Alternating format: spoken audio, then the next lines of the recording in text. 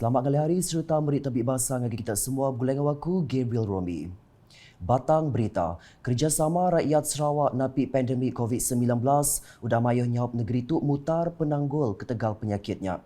Sapit Kepala Menteri Datuk Seri Dr. Sim Kui Hian Madah tu nyenggala di pada hari penyampau kes naban kenyawa di Sarawak kurang entik dibanding engkau negeri bukai kelimpah penyampau ke udah bertucuk vaksin megak majak nambah. The COVID-19, I must say, in the last 2 years has caused tremendous disruption and hardship to everyone. And 辛苦了大家. Thanks for your understanding and your cooperation. Sarawak numbers today compared to the number of deaths in the whole country compared to what we are currently the Omicron surge with more than 5,000 cases, and the worst is yet to come. And this because the Slovakian spirit of solidarity, we are in COVID together, and because of together we are the highest in terms of dose 1, dose 2, booster dose among to help each other. The COVID-19 is, even though it's once in 100 years, we face this dilemma, this pandemic, but it brings the best spirit of Sarawak solidarity, and it is good for Sarawak as a nation growing up together. And how good we are together is how good we are at crisis time. Ia berjakut bunyinya maya pengrami Rumah Terbuka Tahun Baru Cina 2022 dengan aplikasi Zoom kemari. Nambah kejakut ia, Presiden Parti Saati Rakyat Sarawak SUPP Nyak Madah, pengrami ke diatur SUPP Miri Sibuti, Parlimentary License Komitinya dikenal masa pengeransian gawa engkau inisiatif ke udah dikerjas pemanjai tahun napi pandemik COVID-19. I want to say that despite the COVID-19, it doesn't stop the Slovakian celebrating the best way, which is a traditional open house. Of course, with COVID-19, we do the virtual open house.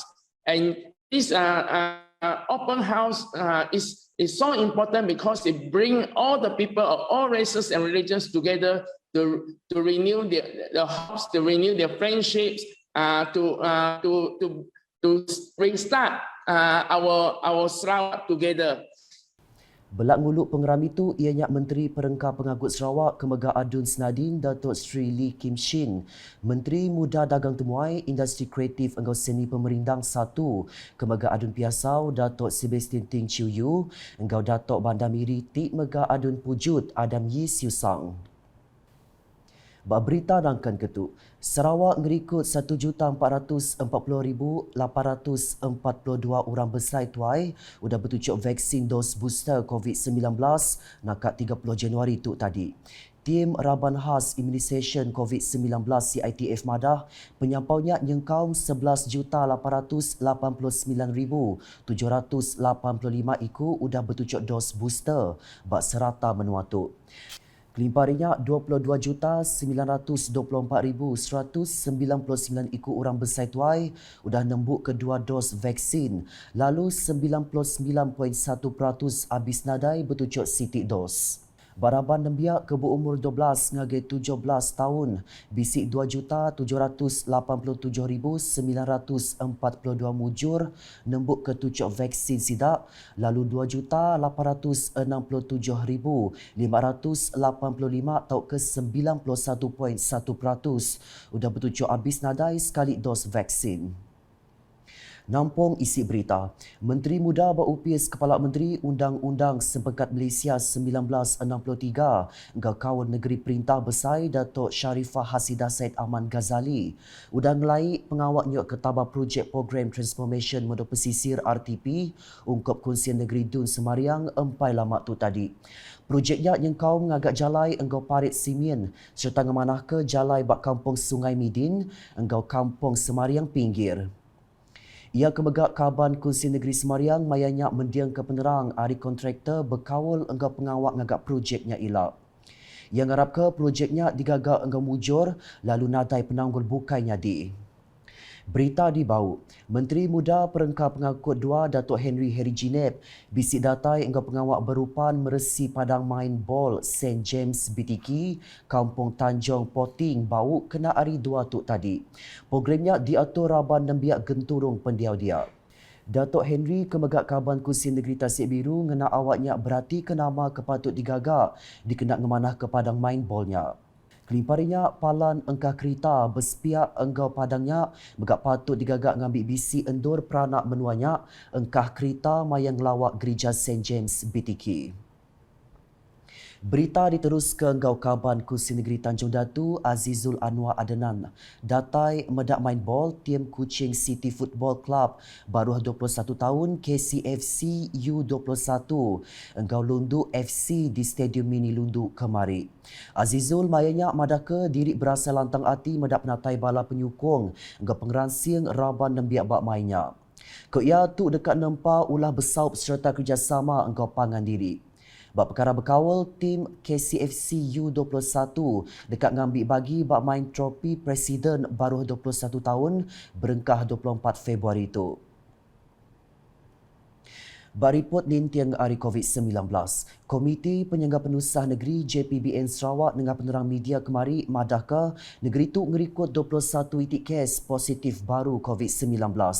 Kes barunya diripot kenyadi bak 7 pilihan menua, gaunya semua kes positif di negeri itu udah manggai 252,861 kes. Hari penyampau kes barunya 7 kes bak kategori 1, lalu 14 itik kes bak kategori 2. Pilih menua tinggal ikut ke kes barunya bakal diayan ketu.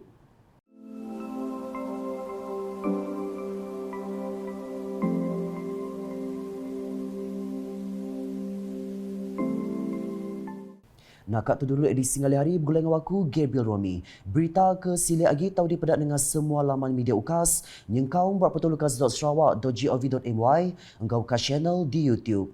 Mensia mayo ditangkan semampai nyaga penglikun diri lalu ngasih ke SOP ke udah ditetap ke.